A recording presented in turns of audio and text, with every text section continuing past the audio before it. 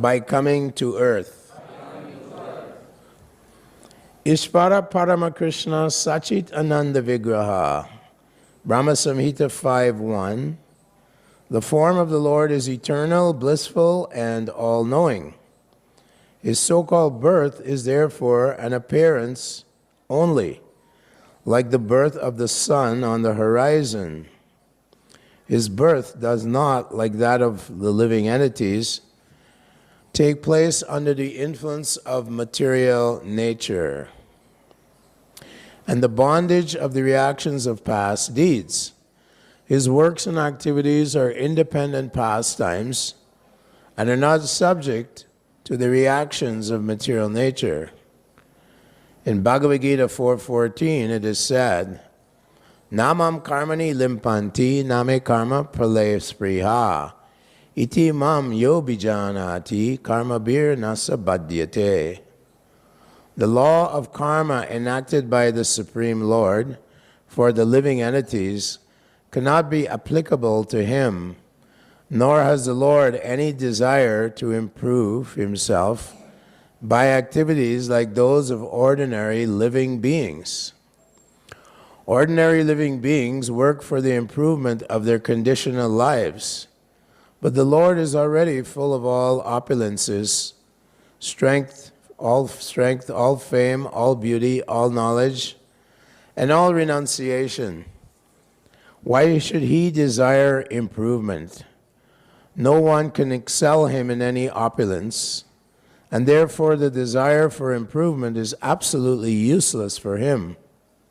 One should always discriminate between the activities of the Lord and those of ordinary living entities. Thus one may come to the right conclusion regarding the Lord's transcendental position. One who can come to the conclusion of the Lord's transcendence can become a devotee of the Lord and can at once be freed from all reactions of past deeds. It is said, Karmani nirdahati kintu cha bhakti bhajam. The Lord minimizes or nullifies the reactionary influence of the devotee's past deeds. Brahma Samhita 5.54. The activities of the Lord are to be accepted and relished by all living entities. His activities are to attract the ordinary man towards the Lord. The Lord always acts in favor of the devotees, and therefore ordinary men who are fruitive workers, fruitive actors, or seekers of salvation may be attracted to the Lord when he acts as protector of the devotees. The fruitive actors can attain their goals by devotional service, and the salvationists can also attain their goal in life by devotional service to the Lord. The devotees do not want the fruitive results of their work, nor do they want any kind of salvation. They relish the glorious superhuman activities of the Lord, such as his lifting Govardhan Hill and his killing the demon Putana in infancy. His activities are enacted to attract all kinds of men, karmis, jnanis, and bhaktas. Because he's transcendental to all laws of karma, there is no possibility of his accepting a form of maya as is forced on the ordinary living entities who are bound by the actions and reactions of their own deeds. The secondary purpose of his appearance is to annihilate the upstart asuras and to stop the nonsense of atheistic propaganda by less intelligent persons. By the Lord's causeless mercy, the asuras who were killed personally by the personality of Godhead get salvation. The meaningful appearance of the Lord is always distinct from ordinary birth. Even the pure devotees have no connection with the material body, and certainly the Lord, who appears as he is in his Sachit Ananda form, is not limited by a material form.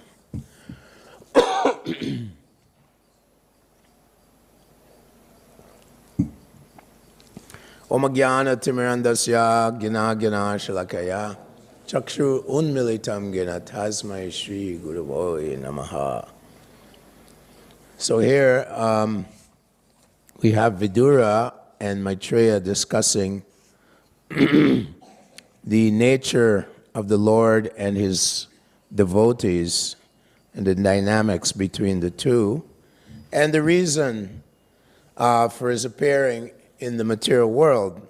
Nanavataram akarod bhuvaneshu kintu Krishna swayam samavat paramapumanyo govindam adipurusham tamaham bhajami. So the Lord's incarnations appear just like waves on an ocean. There are innumerable waves on the ocean.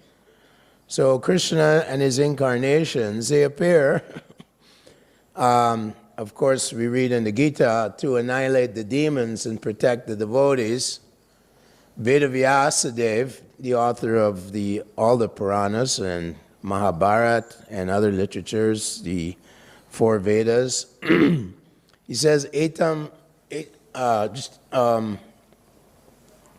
tu Bhagavan Swayam, Indrari Vyakulam Lokam. That the Lord appears to protect the demigods or the devotees, and Ete Chamsa Kalapumsam Krishna's tu Bhagavan Swayam, Indrari Vyakulam Lokam, Mridyanti Yuge Yuge, millennium after millennium. So Sanatana Goswami was speaking to Chaitanya Mahaprabhu in Kashi, in Prayag, and he was describing, of course, Chaitanya Mahaprabhu is empowering the Goswamis to elaborate on the Vedic literatures and provide supplementaries to the Vedic literatures.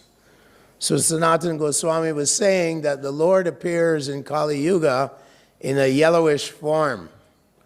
And there are various characteristics which can corroborate the incarnation of the Lord. And Chaitanya Mahaprabhu, hearing this, he remains silent, because the Lord never comes to this planet and claims to be an incarnation of God. By his activities and his wonderful, as Prabhupada says here, superhuman accomplishments, such as lifting Govardhan Hill or killing great demons like Putana and others, it's gradually revealed that he is the Supreme Personality of Godhead. So Chaitanya Mahaprabhu, he wouldn't admit to being the Supreme Personality of Godhead, but we know from scriptures, Krishna Varnam Trisha Krishna, Sangopangastra Parshadam, Yagyai Sankirtane Prayir Yajanti Hi Shumedasha, that he has appeared here in Sridham Mayapur. It's been corroborated by Bhaktivinoda Thakur, Jagannath Das Babaji, when they discovered the appearance, the Janmastan of Gauranga Mahaprabhu. Jagannath Das Babaji jumped out of the basket. He was 120 years old, and he started saying, Ita Janmastan, this is the birthplace of the Lord. So the Lord, out of his compassion, of course, appears. And also we know that when the adharmis or the asuras, as we experience now, the chaotic system in human civilization, where there is no Brahminical culture, no protection of cows. In fact, the opposite is going on. Etam justam avastabhya nastalpamulpabudaya prabhavanti ugra karmana. So in today's society, all over the world, everyone is imitating the West, and ugra karma means industrialization, materialistic knowledge, where they say, asatyam apratishtam te jagadahuranishwaram, that this world is temporary. There's no need. Life is temporary. Why should you worry about God? Why should you consider God? There's no God. Aparasparam sambhutim kamanyat kamahoy to come. Simply gratify your senses and try to enjoy. This reminds us of some big demon like Hiranyakashipu, who was so much against Lord Vishnu. He hated Lord Vishnu for killing his brother Hiranyaksha. And he was so powerful that all the demigods went into hiding in the entire universe, not just this particular area of the universe, but throughout the entire 14 systems, planetary systems. Hiranyakashipu was dominating the entire world. And he stopped the performance of yagyas and ritualistic activities. He set fire to the ashrams of the sages in the forest. He stopped the protection of cows, and so on and so forth. So this is very characteristic of the demoniac class of man. And Krishna says, Namam Duskritina Mudha. So they are known as Duskritinas. They may have some material merits. Like, yeah, look at us, we have rocket power, we're going to the moon, although they didn't go to the moon. But they're very proud, Srila Prabhupada says, of their material accomplishments. Look at medical science. But still, they all have to face death. Dukalayama shashvatam napnuvanti mahatmanas samsidim paramam giti. This material world is full of birth, death, old age, and disease. And in spite of all their great so-called accomplishments, so-called advanced civilization, we see, as Prabhupada says here, there's so much chaos in our society today. The moral fabric of society is lacking. Asuchi vrata, they are very unclean in their habits. Pravittim cha, nivrittim cha, jananur vidur asura, nasochum napicha sahanati, nasatyam teshu vidyate. Krishna tells Arjuna that they don't know what is to be done and what is not to be done. What is moral and what is nivriti, what is to be avoided. They don't know these things. They're simply pursuing more and more sense gratification. Nunam pramata kurite vikarma yad indriya pritya aprinoti. They're simply pursuing more and more how to exploit this world. They claim proprietorship over the world, right? As is stated, janasya mohoya mahamameti pumso striyo maitani bhavametam. They're simply trying to enjoy more and more Hollywood, Bollywood. This is going on. So Krishna came as Ram, and he killed Ravana, who was taking gold from Brazil, Prabhupada says, building a city of gold and trying to build a staircase to heaven. You see, so now they're trying to go to the higher planets. But Prahlad Maharaj says, Paravavas tavada bodhaja to yavanna jigyasata atmatadvam. They will meet with defeat. They will meet with defeat. And Prahlad also said, Puna puna charvata charvananam. Simply history repeats itself again and again, chewing the chewed. We had the various empires, Genghis Khan, the Roman Empire, the British Empire.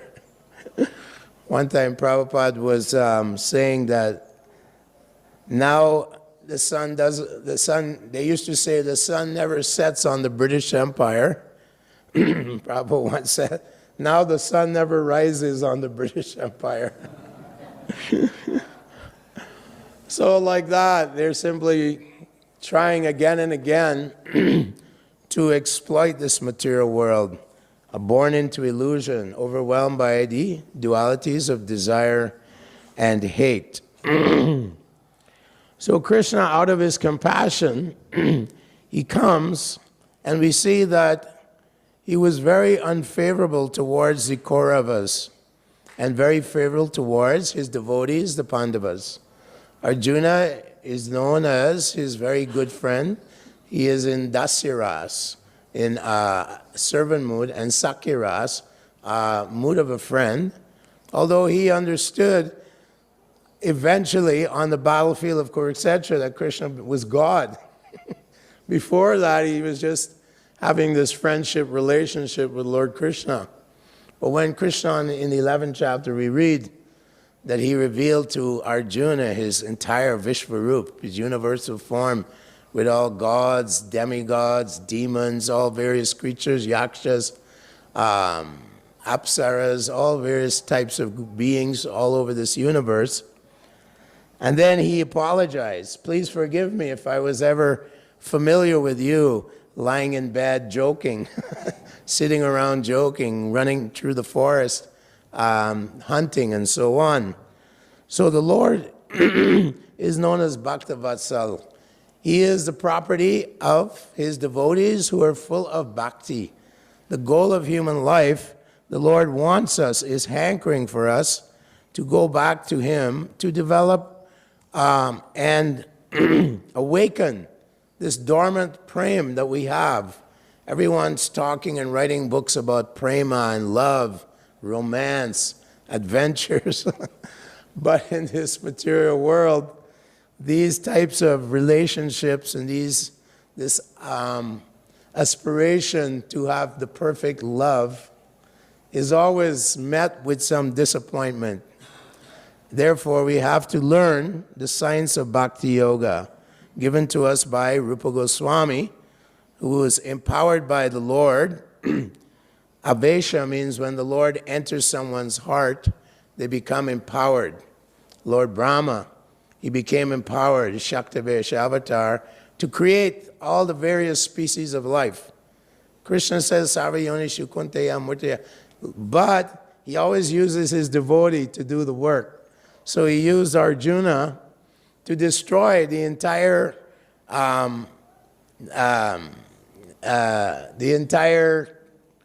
ward of kings, the entire population of the kingly order, who were developing demoniac qualities. They were becoming overwhelmed by Kali Yuga. In Kali Yuga, as Srila Prabhupada said when he arrived in Boston, that this entire civilization is simply under the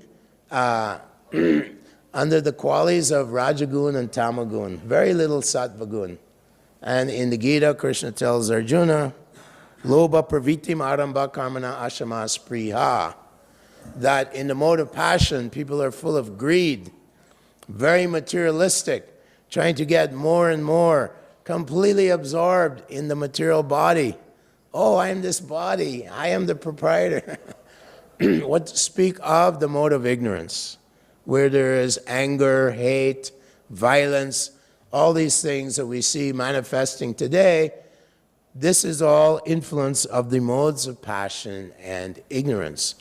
So the Lord, he appears and he is apapa vidham. He's not touched by any sinful act. Even they say, oh, look at Krishna, he was dancing in the forest with married women, young girls. Or look at him, how can God kill so many 600 million warriors on the battlefield of Kurukshetra? How could God do that? What kind of God is he? They have all these excuses. Name prakasha sarvasya yogamaya samavitaha mudoyam nabijanati. They're mudha, they have no brain, and they're covered by apohanam, by ignorance, by the influence of the mode of ignorance. They're so covered that they can justify atheism by saying, well, if God exists, why does he allow wars? Why does he allow cancer? Why does he allow AIDS? That's not a good God.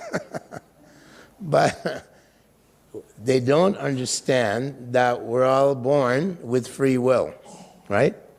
And doimo purusha loko dwaram nashama atmana doimo purusho loke. The living entities are shara and akshara. They're conditioned and not conditioned. The living entities in the spiritual world, which is Tripada Vibhuti, in the spiritual Vaikuntha planets, they're never conditioned by these modes. But in the Ekapad Vibhuti, in this corner of Krishna's creation, there is this material world full of darkness, and the living entities are born into illusion.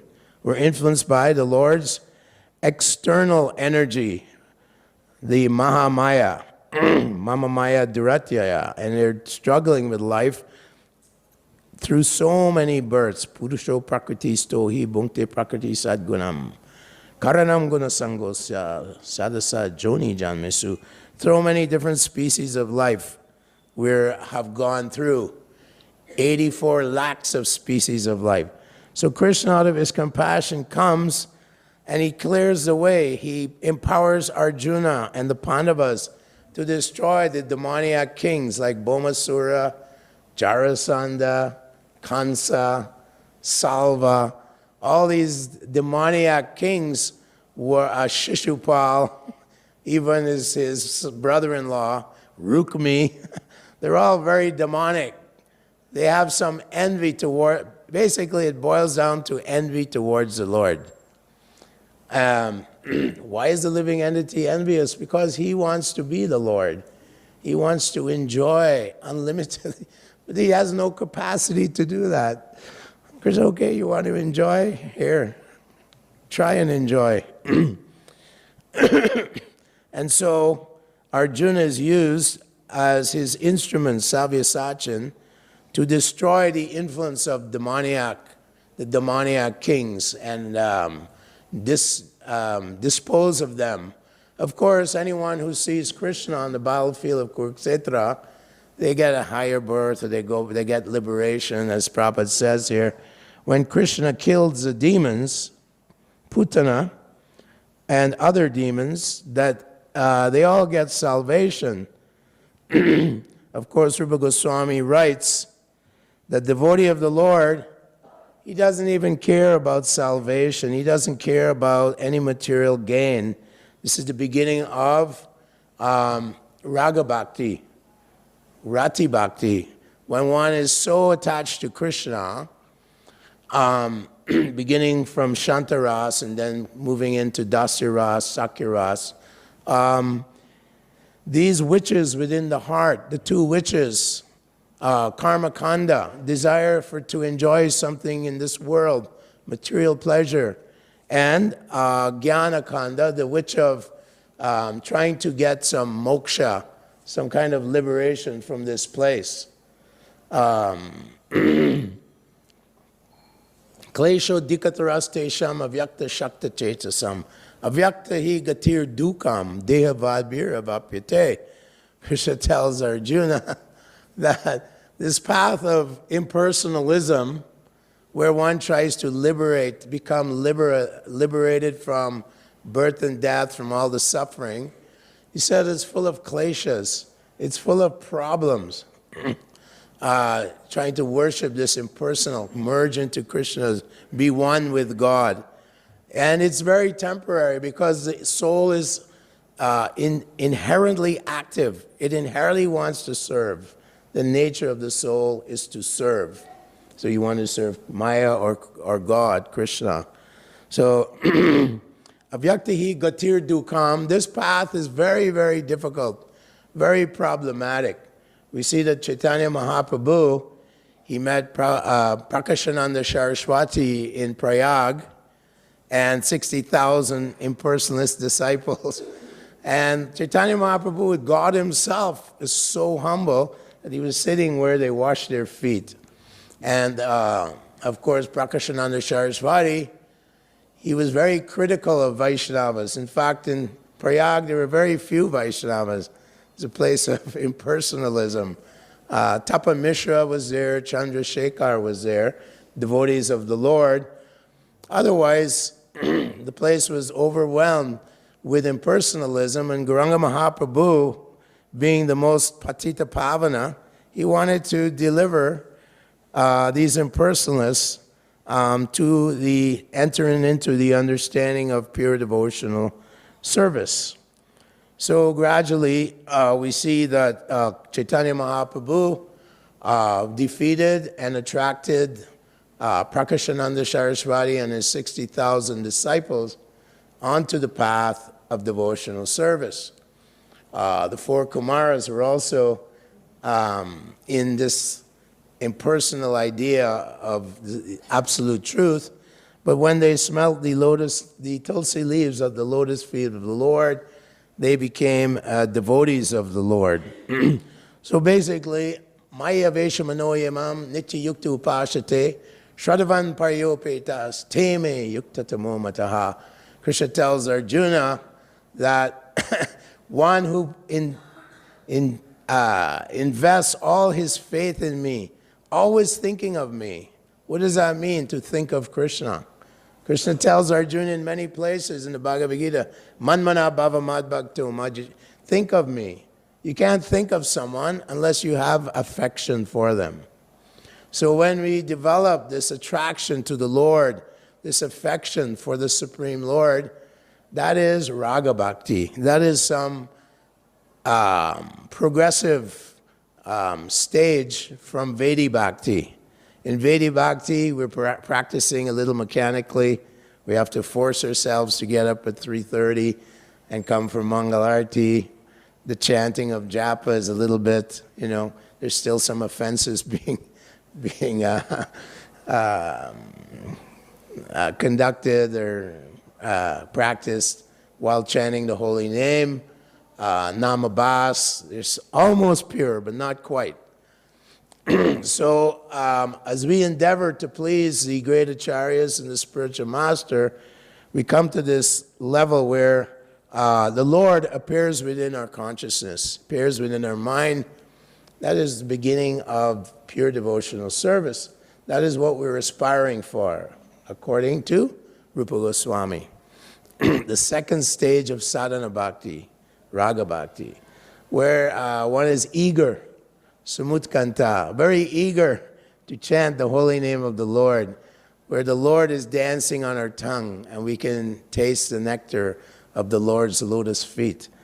So Chaitanya Mahaprabhu used to say, this is the only payment I want, is the taste for the holy name, the prema, the love for the holy name, which is non-different from Krishna. So the Lord, when he says, Manmana bhava mad bhakto, madhyaji mam namaskuru, think of me. Why do devotees want to think of Krishna? Because there's some emotional there. There's some, the love for Krishna is unfolding. Premanjana charita bhakti vilochanena. This is the process which is being given to us by the great acharyas. Bhaktivinoda Thakur, he appeared in this area, and he had to revive the whole bhakti movement, which had become degraded over the generations. People didn't even know where the appearance of Lord Chaitanya Mahaprabhu was. They thought it was across the river, Navadvip. But Bhaktivinoda Thakur, he did so much research. He's an empowered Shaktavish. He's empowered by the Lord, as was Narottam Das Thakur, as were the six Goswamis, as A.C. Bhaktivedanta Swami, Srila Prabhupada, and his spiritual master. So this is the mercy of Lord Chaitanya. He's making us so fortunate that he's come in the age of Kali. Kali dosha nide rajani, the ocean of doshas. The ocean of doshas, the ocean of faults. And he's giving and investing all his shaktis, nam namakari bahudanija sharva shaktis, investing all his potencies in the holy name. This is the practice in this Kali Yuga. And we're so fortunate that we ourselves are being given this bhakti, prema bhakti, mercifully so. As we know, the Panchatattva, they would dance and chant throughout Nadia and drown everyone in love of God. Even the atheistic people were drowned in love for Krishna. This is the mercy of our Yuga avatar, Gauranga Mahaprabhu, that he doesn't consider whether you're fit or unfit to receive the mercy. He's giving it freely. One time, Brahmananda asked Srila Prabhupada, what is causeless mercy? And Prabhupada took his cane and he was poking it in his stomach and saying, this is causeless mercy. Take it, take it, take it. No, I don't want it. Yeah. We're so conditioned that I don't want the mercy. It was Hare Krishna. So it's, as Bhaktisiddhanta Saraswati said, it's a thankless task. Trying to deliver the souls is a thankless task. Even Prahlad Maharaj, his father tried to kill him, tried to murder him simply because he was teaching the most pristine nectarine path for human beings, right? The most nectarine path is Savai Pum Samparo Dharmo Yato Bhakti Radokshajaya Haitukya Pratiyata. The pure devotional service is the only pleasure that one can find anywhere. Is pure, to come to a place of pure devotional service. And Prahlad was taking so many risks. And what did they do? Oh, no. Hiranyakashipu is trying to kill him in so many ways.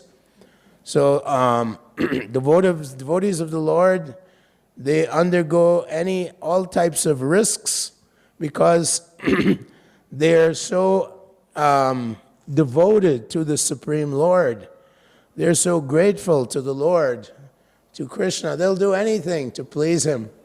One time Yamuna was on a train with Srila Prabhupada, and Srila Prabhupada was sitting and suddenly said, I really like to have some nice white fluffy rice.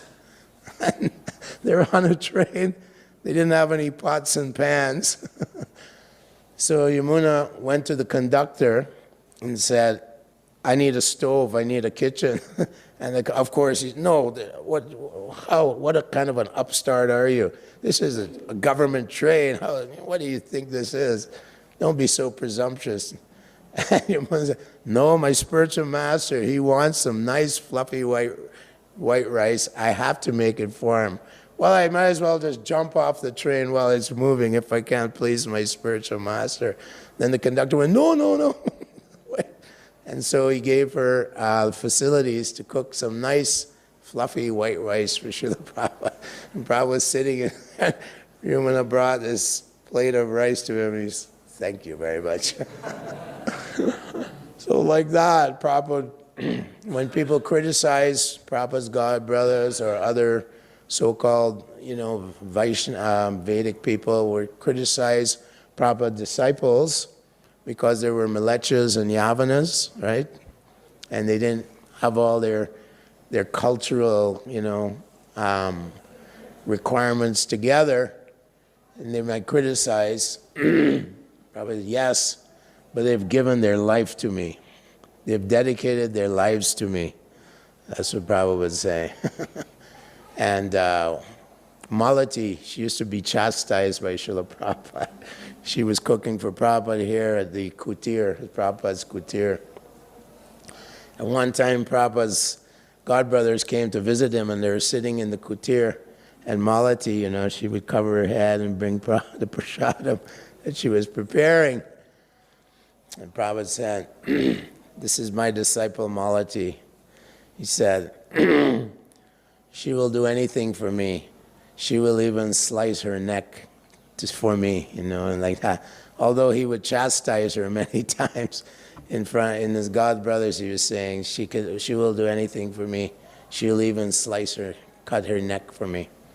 Like that. So this was the dedication that Srila Prabhupada inspired by his great love for Krishna, his great prema, to spread this movement throughout the world. And Srila Prabhupada writes a letter where he says, compared to the British Empire, we are far greater. He said, the British Empire only had a few colonies here and there, but we're spread all over this planet.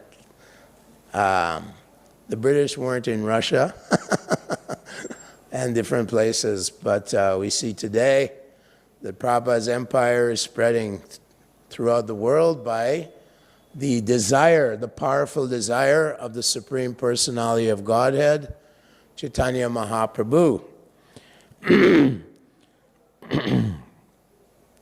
So the gist of this particular purport and verse is that the Lord comes, As we know, he arranges the destruction of the demons, but he also is here to have reciprocation with his devotees in various ways.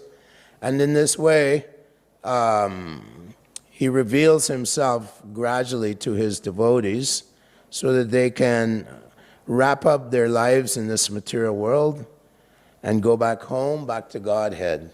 Srila Prabhupada used to say, why not do it in one lifetime?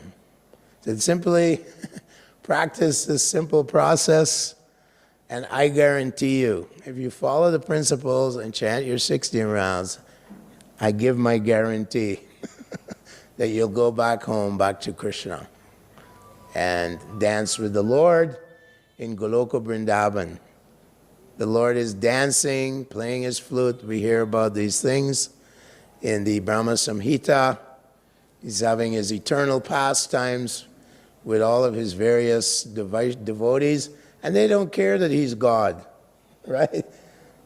In fact, this awe and veneration of understanding that Krishna is God, it tarnishes the pure devotion that one may have, that Mother Yashoda has. Like when Mother Yashoda sees that Krishna is embraced by the Kaliya serpents, Rupa Goswami writes, she goes into complete frenzy, and she's saying, oh, my son, he's in danger. And she starts praying to the trees on the banks of the river as if they're great sages. Please make me some herbs so I can relieve my son of the poisonous effect of Kaliya. Like that, her whole emotion is how to protect her son, although the entire universe is inside of him. Mayata tamidam sarvam jagyata vyakta murtina matstani sarvabhutani maite teshu chapyam. Everything is within Krishna, and Krishna is within everything, and yet he's lying in the lap of Mother Yashoda. And he also had pastimes in Shantipur with Mother Sachi, where he had come back from Katwa, and he had taken sannyas, and then they were having a big kirtan in the courtyard of Advaitacharya, and Mother Sachi was brought there, and Lord Chaitanya lay down in her lap and said, you have given me this life, you're my mother, and I owe you everything. And he asked her permission. Can I go and live in Jagannath Puri because I'm sannyasi now? And permission was given. So the Lord has these wonderful, loving pastimes with his devotees. All they care about is how to please Krishna, how to please the Lord, without any consideration. Ahaituki apratiyata, yayatma samprasidati. So we'll end there. Thank you. And if you have some comments from devotees, questions or comments, please feel free to come forward.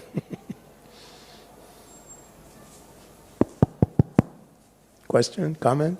Oh. Hare Krishna.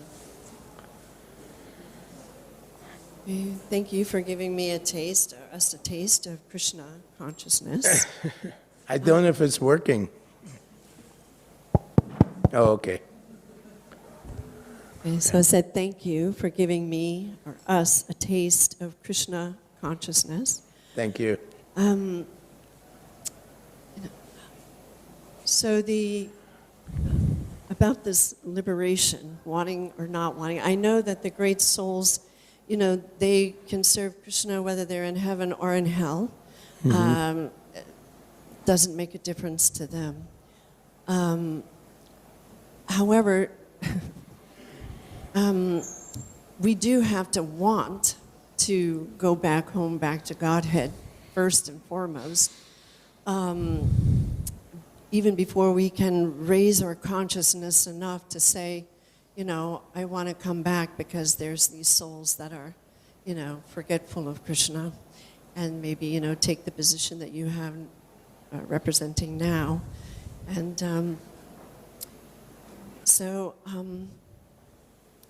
and in the beginning days, like when Prabhupada was here, like you said, willing to cut the throat, I mean, that was like a real thing. That wasn't, flattery. And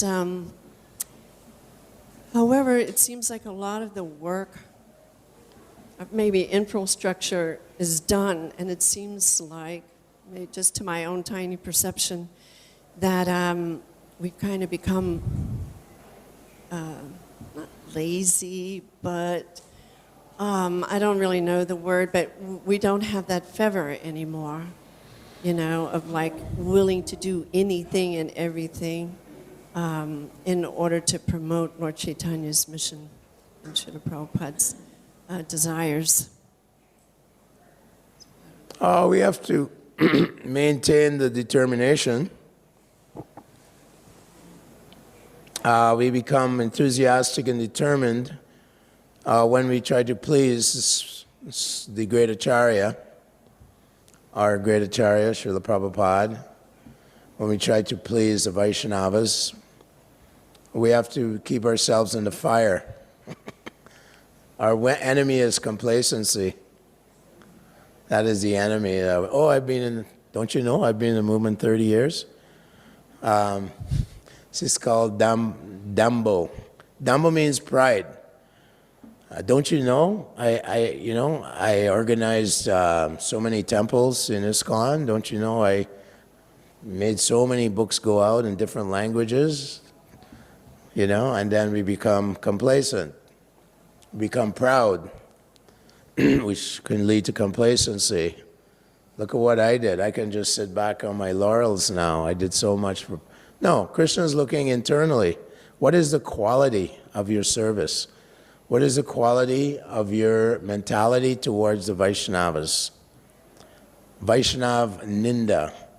Are you being arrogant, Dambo Darpo, conceited, and thinking that these Vaishnavas are meant to serve me? After all, I am a senior devotee.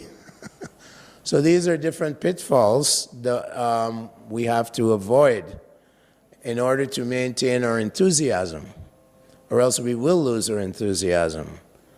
The safest place is to embrace the verse the Lord Chaitanya spoke about, Trinadapi Sanichana. Other devotees, they suffer from Tyaga Darpa, Tyaga Dambo. It means, look at me, I've renounced the world. I wear saffron. I observe Chaturmas every year. I don't eat any food that's spicy, and so on. This is called pride about my renunciation, another pitfall in devotional service. These things are delineated by Jiva Goswami in his Krishna Sandarbha. So we have to be very, very careful. As we know, this mind is chanchala pramana, himana Krishna pramati balavad. It's so full of stubbornness, arrogance, it's restless. We're living with the enemy at every moment. The mind means the ego, it means the intelligence, can have polluted intelligence, and so on.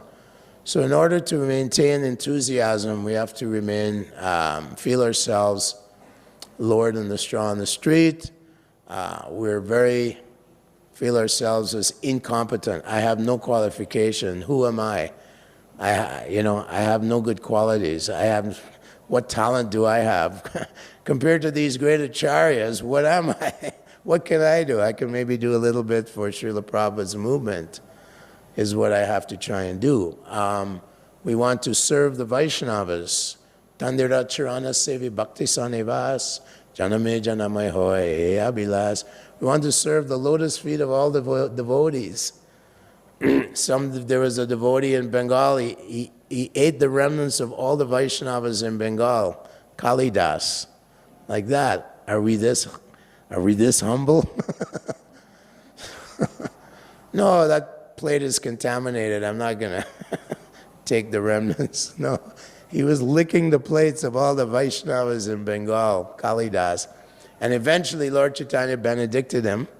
No living entity could drink the Abhishek of Lord Chaitanya's feet But Kalidas was allowed to drink 3 times from the wash water of Lord Chaitanya in Jagannath Puri. So Gauranga Mahaprabhu, when he sees humility, he reciprocates. He reciprocates with us. And we can maintain our enthusiasm to keep serving the Lord until our last breath. So don't think, oh, I've been doing this. I'm so talented. I'm a member of Bhaktivedanta Institute. I'm preaching to all the big scientists in the world. I have PhD. I have a big PhD, you know. Pitfalls, dangers, very dangerous to think I'm this qualified, that qualified. And then even Radharani and the Gopi, you know, they were proud. And Radharani was, Krishna, can I climb on your shoulder? And Krishna, when he's, okay, you try to climb on it. And then he disappeared, even from Radharani. What to speak of us tiny little mortals. Krishna abandoned the gopis because they were thinking, look at us. Krishna could be, he was dancing with all the girls, but now I have him to myself. And they got proud. Krishna, no. Sevadamba. Sevadamba means proud of my service. I'm proud of my service. Look at how I can cook these preparations for the deities. Who else can do that? Look at the turban I can make. Who else can do that? Very dangerous, very dangerous. So we want to maintain even keel, maintain humility, and always feel oneself without expecting any respect, but offer respect to all. I mean, Shivananda Sena is a great devotee of the Lord, very great devotee, but he offered the obeisances to a dog. You know, these dogs outside, they're all the lowest, poor little, most unfortunate creatures. In one way, they're not unfortunate, but another, they're suffering so much. They're completely neglected, not like the dogs in the West. Shivananda Sena, he was taking care of this dog. And when the dog was not fed, Shivananda Sena got down, offered his obeisances, please forgive me. You know. So Srila Prabhupada said that this dog got the mercy. And ultimately, we know that Lord Chaitanya was feeding the dog green coconut pulp and telling the dog to chant Hare Krishna. Dog went back home, back to Godhead. So by the mercy of Shivananda Sena, the dog went to the spiritual world. So like that, we want to have that mood that even a dog I can offer my respects to.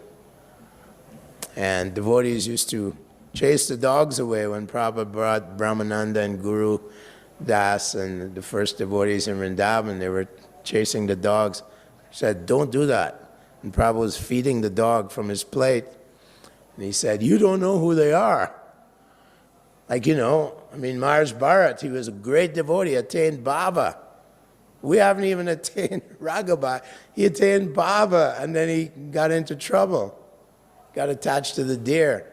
So like that, we don't know who these personalities are in the holy Dham. So Prabhupada was saying, don't you dare kick the dog in Vrindavan. He was telling Guru Das and Brahmananda and Shyamasundar, you know, be careful, don't mistreat. All glories to Srila Prabhupada. Hare Krishna. Thank you very much.